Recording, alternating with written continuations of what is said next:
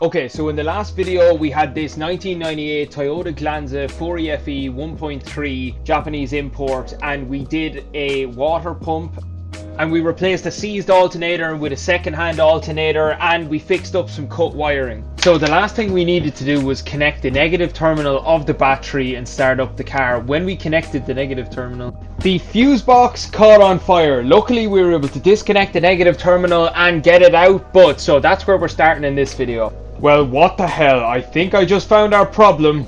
Someone bypassed a fuse with a solid piece of wire. So when there's a short circuit, instead of the fuse popping, it's going to go on fire and melt the wire. This could have ended so much worse. Luckily the wire burnt out instead of catching fire to something else. So this car definitely has some wiring issues. We had some cut wires, we have fuses that aren't actually fused, they're hardwired.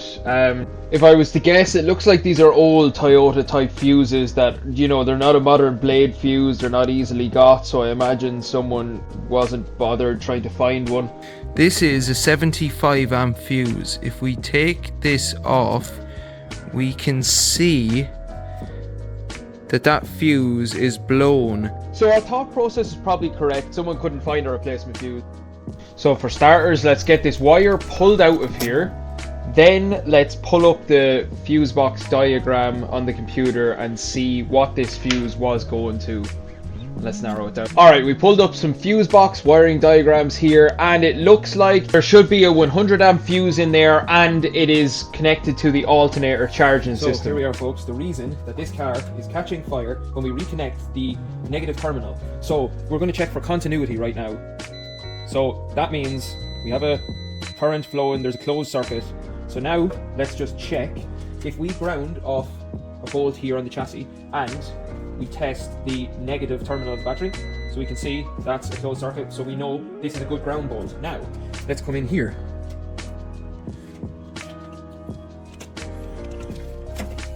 We want to test both of these pins, so let's do just that. So we have one on the ground bolt. I'm going to try one here, and keep in mind neither pin should ground. This pin doesn't ground, that's good. This pin, don't know if you can hear that. Let's bring it in so you can see it.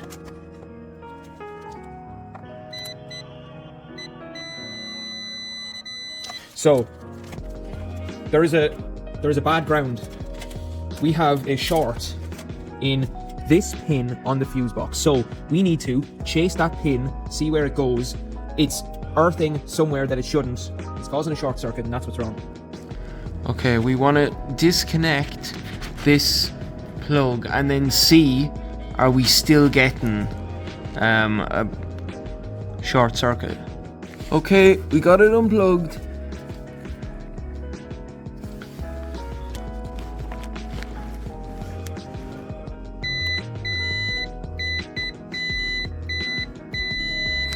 Okay, so the beep means with that plug disconnected, we still have a bad ground somewhere, but I'm just looking at this plug that we disconnected under here. It looks in terrible condition, so we're going to either replace that or clean it out, and we're going to just check each pin and see if it's actually making a contact.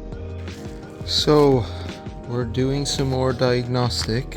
So we have disconnected the black pin from here, the white pin, which is the alternator charging one, from here, and then we've this block connector from here, right?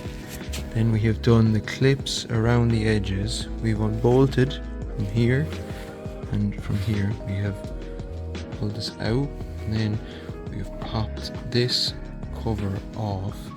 So now we just want to see if we can lift this up.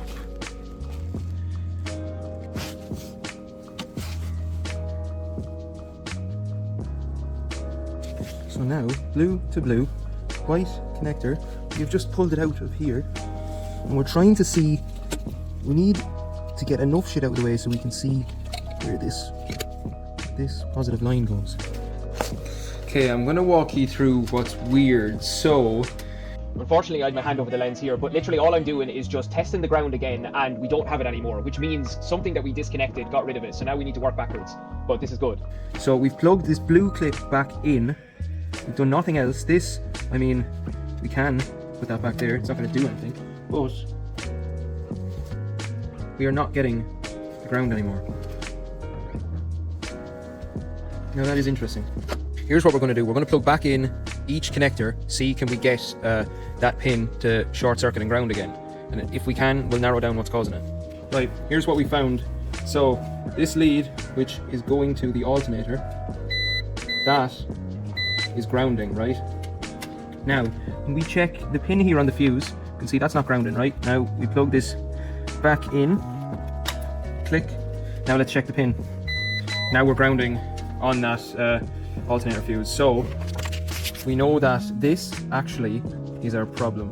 Alright, back to the wiring diagram just to explain now after diagnosing there. So this is our 100 amp fuse, which is for the alternator. We knew this 10 amp fuse, which is for dome lighting, the interior lights inside, that actually blew as well. And from looking underneath the fuse box, this is actually connected to a bus bar, so everything on this line is connected. So when the 100 amp was grounding out, it made sense for the dome lighting to blow. So disconnecting everything, retesting for the short, and then connecting things back. The thick white cable at the top of the board is what was going to that 100 amp fuse, which was going to that bus bar. The other end of that thick white cable goes to our alternator, which means our replacement alternator has an internal short in it. So we trusted the guy we bought the second-hand alternator off. He said it was working, so we just assumed that wasn't it. So, something we probably should have done to start with. Brand new alternator. Let's put that in. Right, new alternator is in, and we've put the charging cable on it, tightened it down.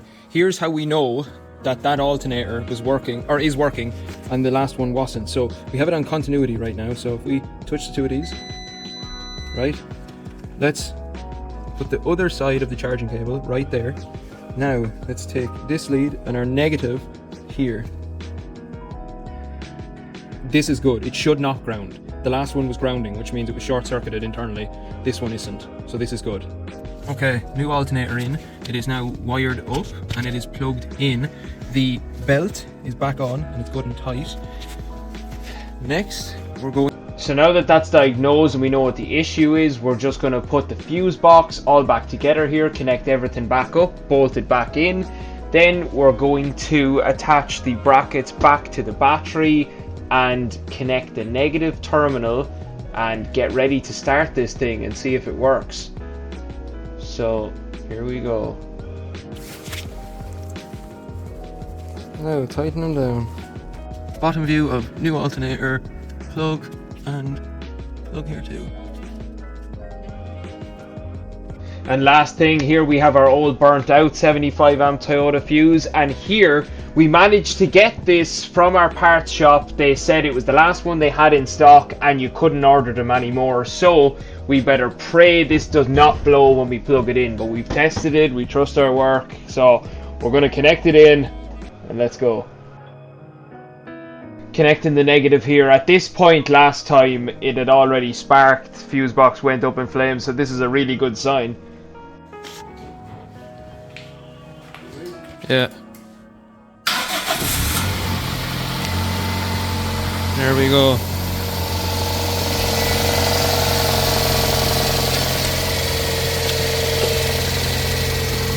Okay, so this is obviously a really good sign here. We're getting 14.6 volts, so we can see the alternator is charging and it's good and healthy. If our alternator wasn't working, we'd only be seeing 11.8 or 12 volts max, because that's all the battery's producing. But when we see 14.5, it means the alternator is producing charge. Time to take her on a test drive.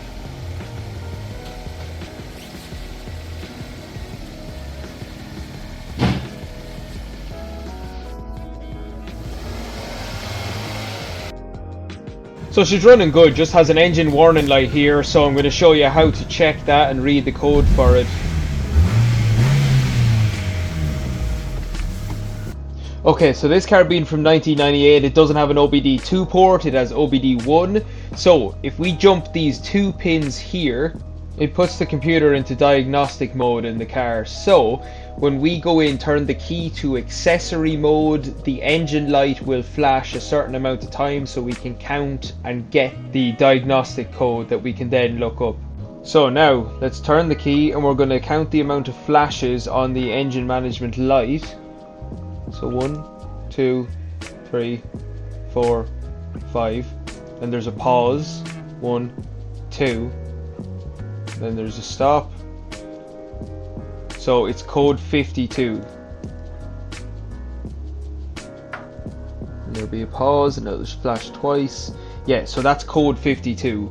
So when you look up code 52 for a 1998 Toyota Glanza, it comes up as the circuitry on the knock sensor. When we lift the car in the air, we can actually see it has a new knock sensor installed. So we're going to check if it's okay, if the wiring is okay.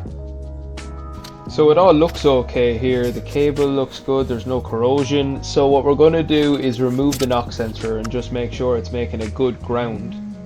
So the thing with these single pin knock sensors is it actually grounds off the body of it, and it looks like there's a good bit of corrosion where it mounts to the block. So that's not going to have good conductivity, which means that could be our problem. So we're going to get that cleaned off from the knock sensor itself, sand it down, and the block, get a good connection, and then we're going to plug it in, get it back in, retest it, and torque it to spec. So when we got them both cleaned up here, we put it back into the car, took it on the test drive, and the engine light didn't come on anymore. So that's the car all sorted. If you liked the video, please leave a like, comment, and subscribe. I'll see you next one.